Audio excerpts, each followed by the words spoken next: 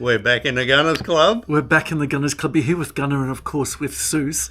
And we're just enjoying a beer from the beer factory. So thank you again for that.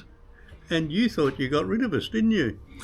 Let me tell you, Seuss, let me tell you something. Cash is king. Cash is king. Still king. Right? Cash is king. And I'm not talking for these Aussie ladies who think that ironing, washing, cooking and shopping are cities in China. I'm saying that cash is king, right? It even says on our money. This is good for discharging all debts, right? Legal tender in Australia. But so many people don't seem prepared to take your cash from you anymore. I went to a baker's the other day for a loaf of bread, as you do. It reminds me of a joke with the priest and the staff of life. And effectively, I was refused service if I wasn't going to pay by card. So I refused purchase. Well, and rightly so. The thing about cash is this, right? It is legal to hold cash. It is legal to use cash. If you want to use cash, it is your prerogative, but it's getting harder to find a place that will accept it. But that's, you see, I'm finding it difficult to understand that because it is a government-sanctioned bank promissory note. That's right. And that is effectively all it is, right? It's a token. There is actually nothing of value behind this. It's not a silver dollar. You can't redeem this for $1 of silver. You get nothing. We used to have the sovereign's head on it. We currently, as far as I know, we don't have any Australian currency with that king on it at the moment. Don't we have some of the coins? Not in my pocket. I haven't come across one yet. So we're lacking even that. Yeah, you're right though. Effectively, you should be able to use it, but effectively, and look, I've been looking into this, the ACCC, which is the Competition Consumer Regulatory Body in Australia, says that as long as they prominently advertise how they will accept payment, it's up to them how they will accept payment. It must be accepted if it's paid in the denomination of Australian currency, but it can be paid by card if that's the way that they advertise that they will accept the payment. Although, and I'm actually, believe it or not, looking forward to using this. I read only a very short time ago that a family went into a restaurant and had their meal. It was a reasonably expensive meal. It was a family of 4, 2 adults and a couple of kids. But, you know, steaks were consumed, and so it was a reasonably expensive meal. At the end of the meal, they went to pay, and they said, "Oh, sorry, sir, we don't accept cash." Well, I only have cash, so take it or leave it. Oh no, we have it displayed out the front that we don't accept cash, and it was a little sign this big on the door. So it wasn't very prominent, easy to miss, and anyway, there was a bit of backwards and forwards haggling, and the owner of the restaurant threatened to call the police unless he paid by card because he's refusing to pay. So what did they do? Well, they called the police. The police came out, and the guy pulled out his wallet and said, "I have the cash here. I'm happy to pay. I want to pay. I'm ready to pay. It's his choice not to accept my payment." And it's a bit ridiculous, isn't it? Yeah, the police basically threw their hands up in the air and said, "Mate, we've got it's things legal to do. tender. Yeah. He's happy to pay. If you choose not to accept it, that's on you." Oh, look, the things that still I love it. The things I'm that still get me wanting to try that today is people paying by cheque and invariably defaulting on cheques. Let's just get rid of cheques. Can we just agree on that much at least? Let's get rid of cheques. Look, that was a bygone era. Now, I'm convinced that cash has still got a place in our society, although in the 5 years from 2017 onwards, the number of ATM machines where you can access cash in Australia more than halved in size. It's getting harder to get access to cash. The suburb I live in does not have one, in Melbourne, does not have one ATM machine. That is not, despite the propaganda, that is not because people don't want cash. That is banks removing them so you have less access to cash. Now, It's not in that their banks interest, make not in money yours. from transactions. Sorry?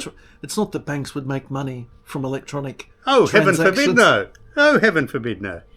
Perish the thought. Let me tell you, something happened just the other day which makes me more and more convinced that cash is king and we need cash in our economy. Now, CrowdStrike happened just over a week ago. Oh, my God, yes. I was on the way to the airport and I received some Facebook messages. I think that the planes are down. I think the airports are closed. Yes, some of the airports were down overseas. A lot of flights were cancelled. A lot of flights were delayed. Luckily, I was smiling away. I was only half an hour delayed. What effectively happened was this company, which supplies cyber defense information, was instead of pushing through just small installments on a test base, you know, we always believe you get a bit of a gypsy whisper if you play Xbox, that they'll update non-business critical stuff through Xbox. And then if that works, then they'll use it on business systems through Microsoft. It makes a lot of sense. But they effectively push through a major update as a batch for everything, rather than just pushing it through on a staggered release for a small update. It caused mayhem. Now I'm going to tell you what happened. People at airports couldn't take their planes. People at supermarkets could not buy their foods. Less consequential people on the Starbucks app couldn't get the vanilla syrup in their coffee. But this is critical. This is an example in very recent living memory, Suze, of three staggering big things which have happened. One, the financial crisis which we had, which resulted in things like the Bernie Mac and the Fannie Mae, banks, and banks worldwide refusing to lend credit to each other. Now, if people don't pass money on to each other backwards and forth, that means that business stops happening. That means that people become unemployed. Or what happened particularly in America was that houses become foreclosed on. People lose their jobs. People lose their families. That's effectively what happened. That was a supply of credit issue.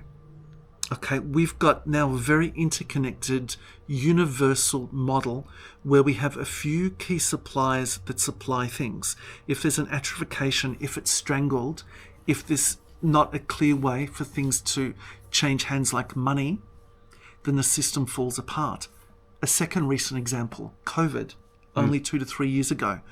Do you remember trying to get your hands on toilet paper? Do you remember trying to get your hands on antiseptic lotion? Do you remember trying to get personal protective equipment like masks? Which were all, by the way, produced in China. Okay, so we have interconnected worldwide logistics systems, which are controlled by only a few points when it comes to transport, when it comes to production, etc. It takes a long time to change these supply systems. Let's go to the third one, which is what happened only 9 days ago, which was the most catastrophic in terms of size IT failure in the history of mankind. Don't take this lightly. The US government uses Microsoft for around 85% of all the programs for its information handling. That is seriously, seriously serious. Now, don't be smug if you use a Macintosh, or you can be a little bit smug if you use Linux. I'll give you that. Yeah. You're pretty good. I'll give you that one. But even if you were going to the airport and you had an iPad in your hand, you still wouldn't have been able to take the plane. No. If that system was down. So Microsoft got the blue screen of death as a result of what was what was being pushed out. And that was a human mistake. That wasn't even being hacked or anything like that. I'm about to get to that. Yeah. Now, let's say, what would happen if this in fact was a malicious attack? Now, malicious attacks do happen. For example, there was a Russian involvement in the 2016 election. There was Russian disruption of fuel supply in America through a cyber attack. If we have a look at 2022, just before the Russian invasion of Ukraine, the chief intelligence officer, security officer, Sullivan, although he had access to all the information which showed where the tanks were on the ground, where the soldiers were on the ground, where the logistic trucks were on the ground, he was having briefings with Microsoft and admitted these companies, Microsoft, have access to information which we do not have. Things are happening through the back door in cyberspace that you are not aware of, that not even the US government, without the aid of these companies, is aware of. And don't forget that they're relying on Microsoft for most of their products. This push, this software update, was not through Microsoft, but Microsoft, in fact, was affected by it. Now, great thing about cash. cheers for that video machine that I picked up from you. It was after a VHS cassette deck. Yeah. Debt settled. There's a $50 that you're charging me for it. The debt is settled as easy as that. Hang on. That's it. Did I undercharge you? You didn't mention it was a beta. At the time that's all right then. It's as easy as that to settle a debt. Now, not only that, there doesn't have to be a record of that. There's a record of it being withdrawn at some stage. Could have been withdrawn as part of $1,000. Who knows? It doesn't have to be written up as to what it was for on both sides. You want some privacy if you go to one of those clubs on King Street, 11 o'clock at night on a Saturday. That's your business. Or to a boom boom massage parlour or whatever with a happy ending. It's your business what you do with your money, and this is a legal right that you have. That's right. This is currency which you have earned, which you've paid tax upon, which conceivably, when you spend it, you'll pay tax again of 10% for GST. And then the price, don't forget, is basically a factor in of the payroll tax and the superannuation cost and import tax and all that sort of stuff, right? It's basically taxed already and you're going to pay tax on it again.